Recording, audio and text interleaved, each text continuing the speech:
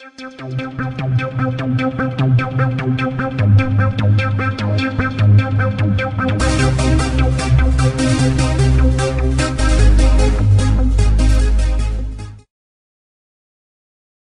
guys, this is Breaker SC2, Yowie Flash Wolves Breaker, and we are back. So good to be back. I mean, honestly guys, right now I'm in Taiwan. I just got settled in not even a month ago. And I'm very happy to bring you guys a cast between our red Protoss player in the lower right-hand corner of HeavyRain LE. His name is MightyThor. And our blue Terran in the upper left-hand corner, RSI Fibbz.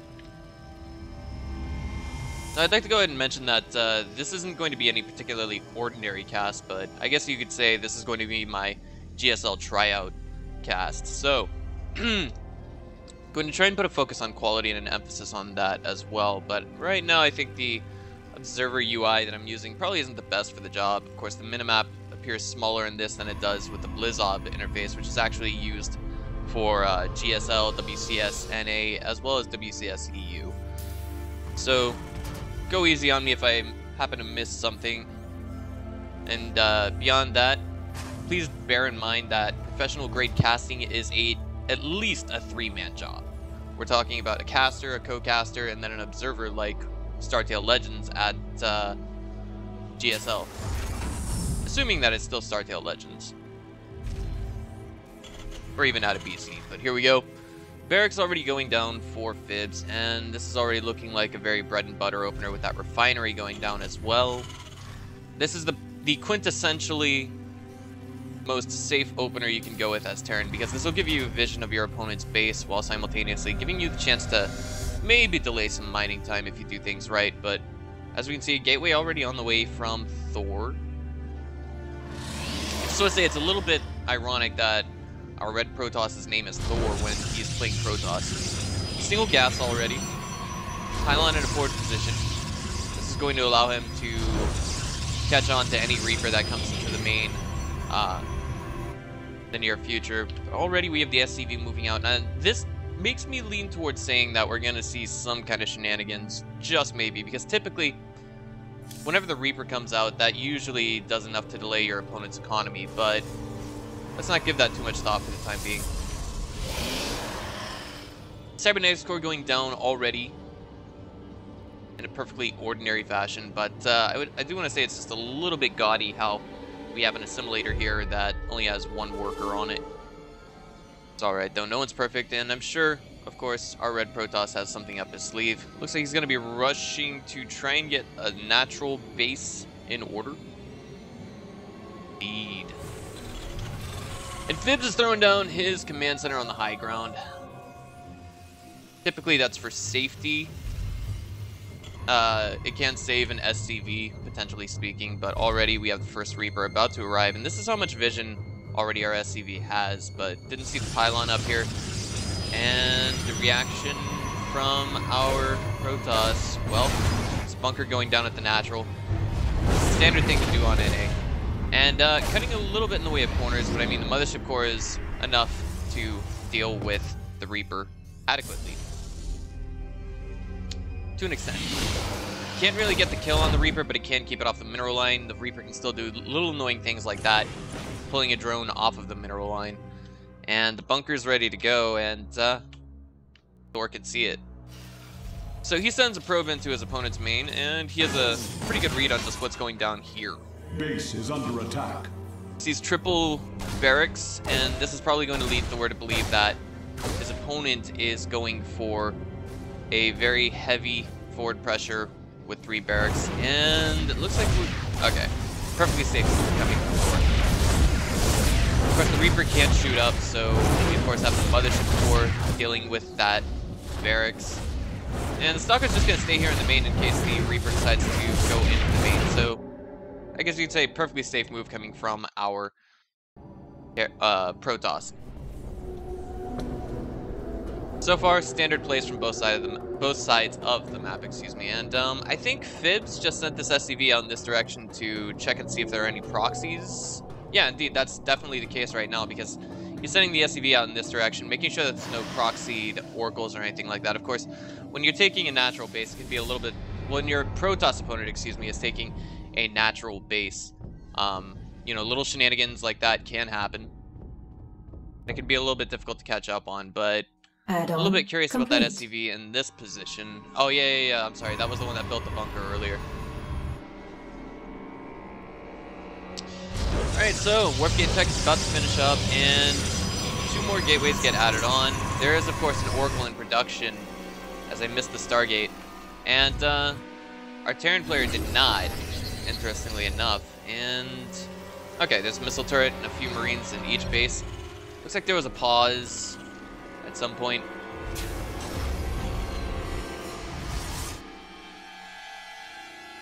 For the most part, we're good to go here. But Fibbz, bringing that second SCV down there, I don't know about that decision. Well, the Reaper's going to come in here. Even saw the Oracle, and the Oracle, whoa, Thor isn't actually sending that at his opponent. That's... I don't know. I think this is the first replay I've ever casted where someone has had an idle Oracle just pop out of the Stargate. Well, here we go. Bunker's going to go down in a forward position. We've already got a missile turret in the natural, one in the main, a little bit further away from the third mineral line, or excuse me, the left geyser, so that I could see some damage being done on the left portion of the main. At least the mineral line there. Follow-up is going to be a Twilight Council from our Protoss. Meanwhile, our Terran's just going for the good old-fashioned bio. And that Oracle loses all of its shields and half of its health and gets nothing done. That's not a good position to be in as Protoss. When you make an investment like that, it's kind of expensive. And you get no damage done with it. And not only that, I mean, he spent a lot of time, he spent like 60 plus seconds trying to get that Oracle into the game. So to get it into the game and have it do nothing, that puts you behind. Here we go. Yeah, only getting a couple of Marine kills to this point. Not the best use of an Oracle, but, and even skipping that one SCV building supply depot, no big deal, but, I mean, ouch.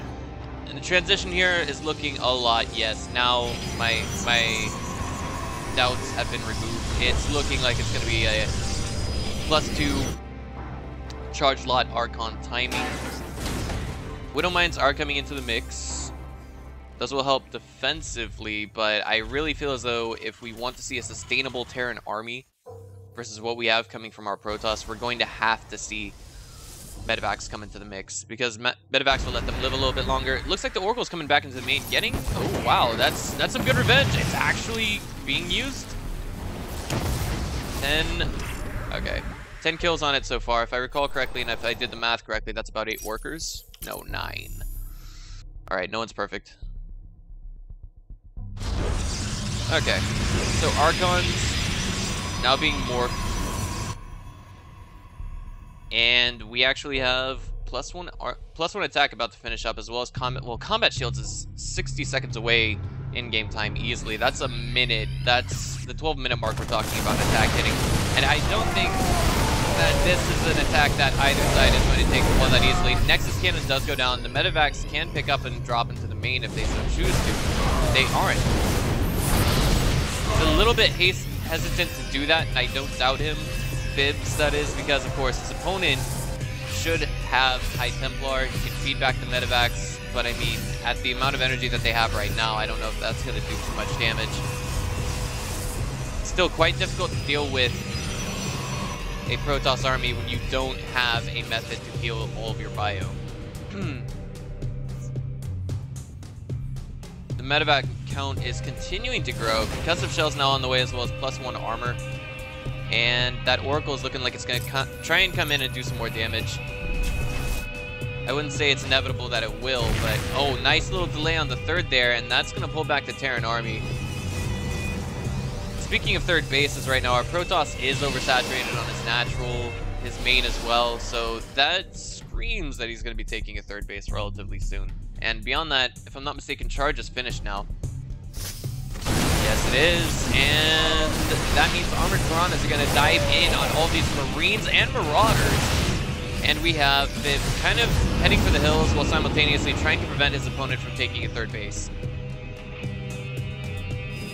The mobility of a Terran bio army is something to be feared by all races. even Terrans themselves. And it looks like, oh no, this is a big drop going into the main. It stands to do a lot of damage if we don't have a proper reaction coming from our Terran. Stim gets hit. Beautiful storm on top of all that bio though. And it looks like we're gonna have Fibbz pulling back while MightyThor is just basically trying to get the salt out of his wounds. Meanwhile, that Oracle comes back, bringing it to a total of 11 workers killed.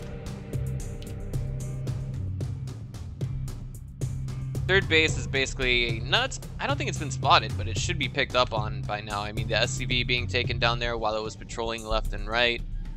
And at this stage in the game, I imagine Terran is definitely going dry-ish. That typically happens at about the 16-17 minute mark because of mules. If they all hit the main, then that's basically what happens. And now here we go, medevac. Oh my god. Landing in the main, a couple of cannons. One photon cannon is being a hero while simultaneously being complemented by that Nexus cannon. Beautiful feedback on top of that medevac, and now it looks like all of this is going to get cleaned up. There's no escape.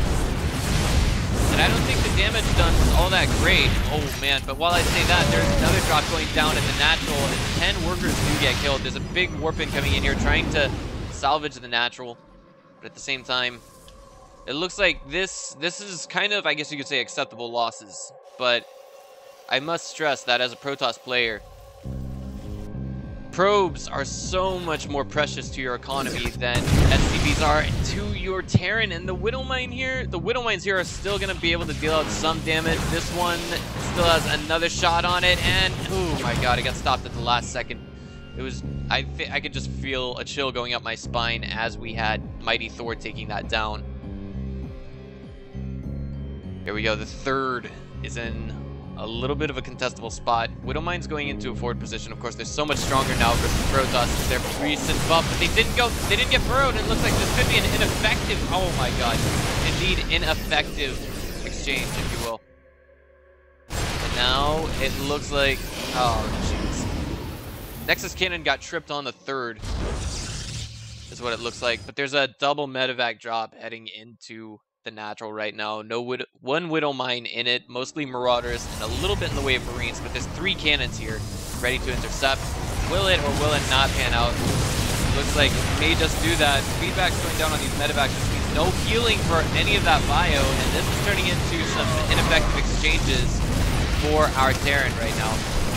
Yes, he did get all 3 of those cannons, but all 3 of those cannons only costed minerals. Meanwhile, there was some harass going down back here. Colossi are finally starting to make their way into the mix, and I don't think this is all that great of a read from our Terran right now. He doesn't actually have vision of MightyThor's robotics. Meanwhile, drops into main happening at the same time, and it looks like we're going to have Fibbz just basically capitalizing on doing damage in the background. Maybe not necessarily ending his opponent's life, but holy hell, those Widowmines bringing it to a total of 15 workers killed. Can you believe it, ladies and gentlemen? These Widowmines are still active. It looks like this one's gonna hit, and the storm goes down on top of that bio as well. Beautiful connection there, bringing it to a total of 22 workers killed. This medevac dropper ass coming from Fibbz is, I want to say it's amazing, because like that's actually a spot I never would have thought of my Terran opponent putting a couple of Widowmines. Stop and think about it for a minute, but alas, they've been cleaned up. And I feel as though MightyThor is definitely on the back ropes right now. As you can see down here at the bottom, he's got 92 army supply to his opponent's 129. He's cranking out Colossi. His opponent, however, is not cranking out Vikings. So this could actually be just a plethora, just a quintessentially huge mistake coming from our Terran. At the same time, our Terran isn't making ghosts, so both sides of the board are actually making mistakes, and I feel like they just passed each other without knowing it. The third base here is so exposed, more so than a streaker at a nudist colony. It looks like it may just fall. Indeed, it's at 1/4 of its health, and boom, it goes. There we go.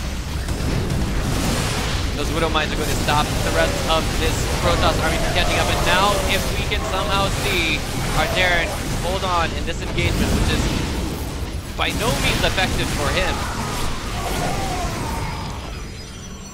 then he's going to stand a pretty good chance of killing in the funnel later on. Meanwhile, that 3 Marauder medevac drop is continuing to annoy the hell out of MightyThor in his main. Fibbz playstyle is reminding me just a little bit of Bomber, the basic essence that he doesn't like getting ghosts into the mix, and it makes perfect sense. Behind this though, he's getting his 4th base, and it looks like Thor is saying, okay, I've got to end this game right now, otherwise I'm dead. And that tunnel vision may just be hurting him just a little bit. His Extended Thermal Lance is just now finishing up. He's only now getting +1 attack. He's got +2 armor, beautiful storms on top of all those arms, on top of all that army, and oh my god, the Vikings not in the mix right now could actually be what is hurting our Terrans for the time being. But there's so much bio on the ground that one Colossus down to orange HP. That's all that's here. I mean, there's 1 Archon, 1 Sentry, but it's not enough in the end as we have 2 Colossi able to just grind away at all this bio on the ground. This is just perhaps one of the most haphazard exchanges I've seen in a while. That Marauder nearly taking down a 10-kill hero Colossus, and those medevacs following are going to give them uncontested vision. Zealots coming in from behind, however, and that 1 Widow Mine does not get the kill on the Colossus. Holy cow. Ladies and gentlemen, what am I watching at this point? Well, I guess this is what happens essentially when you guys don't integrate Vikings into your army, or Ghost for that matter. But here we go. That's 2 Colossus. There is a 3rd one that just entered the mix, but I don't see it anywhere on the map. It's actually stuck back here at the Nat. And now, throwing away all those Zealots, that means there's no more chunk. There's no more tank for the army on the ground, if that makes sense. And behind that, miraculously, Thor got his 3rd base set up. Pylon here actually going to be able to reveal the 4th base. Actually, not quite so. The 4th base reveals the Pylon. Now, I'm thinking maybe, just maybe, if MightyThor had that 3rd Colossus in the mix, he would be in an absolutely beautiful position. Now getting the Dark Shrine as well. I mean, I don't blame him for waiting this long to get the Dark Shrine into the mix, because honestly, there's missile turrets in the natural and the main, but this is definitely going to come in handy with the 4th base not having any static defenses that can detect.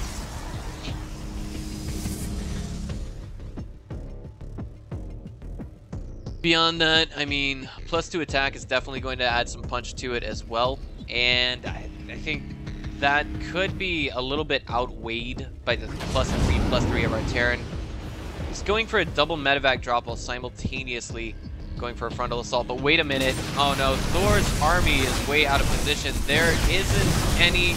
Oh no, and the Mothership Core is nowhere in sight with this army, which means it could just get chewed up very, very quickly. There's still no Ghosts in the mix, no Vikings either, and the 2 Colossus are really exposed in the back. The Archon's got to get to the front position, and the 3rd one has finally joined the mix as well, but for the time being, it looks like this Protoss army is entirely toast. Look at this. Both of the medevacs unloading here now at what appears to be the main base of MightyThor, and he's going to start losing tech here. Beautiful storm, however. Another follow-up, a 3rd one to follow it up as well, and a 4th. Holy cow. Yes, that was a little bit wasteful in the way of storms, but at the same time, it took care of the army. Beautiful storms to follow up at the 3rd, and another one. The 4th, 5th, storms galore, guys.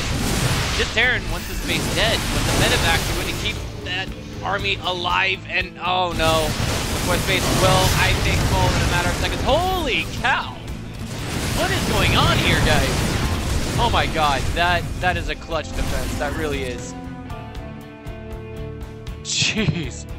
What am I watching, guys? It's like, it's a battle of the micro. It's like our Terran forgot that there are ghosts in the game, and then he also forgot that there are Vikings. But now he's got Vikings into the mix when there are no Colossi. Speak of the devil. Checking the income discrepancy right now. Our Protoss is just a little bit further behind, but he's able to exchange a little bit more effectively, albeit wasting a little bit in the way of storms. But Oh no, he's gonna have to hold on to his fourth base here. This Colossus ultra exposed. He's gonna have to save the fourth base. He has to react immediately, and he does not. Ouch. Fourth base now immediately rebuilt. Storm's on top of all that army. Another cancel goes down. And it looks like both sides of the map. Well, this is definitely starting to look much more clearly in favor of our 44 worker count Terran, if you will. That one DT in the main going crazy on whatever is there, and that fourth base has to have been picked up on by now. That's a nice little save for our Terran, or excuse me, our Protoss rather. But at this stage, I think it's becoming, you know, painfully prevalently obvious that our Protoss is behind. He's managed to keep a higher worker count. He's on long distance mining, but he just doesn't have mules. The same as held true for our Terran as well. Throwing down more scans, trying to figure out what's up here.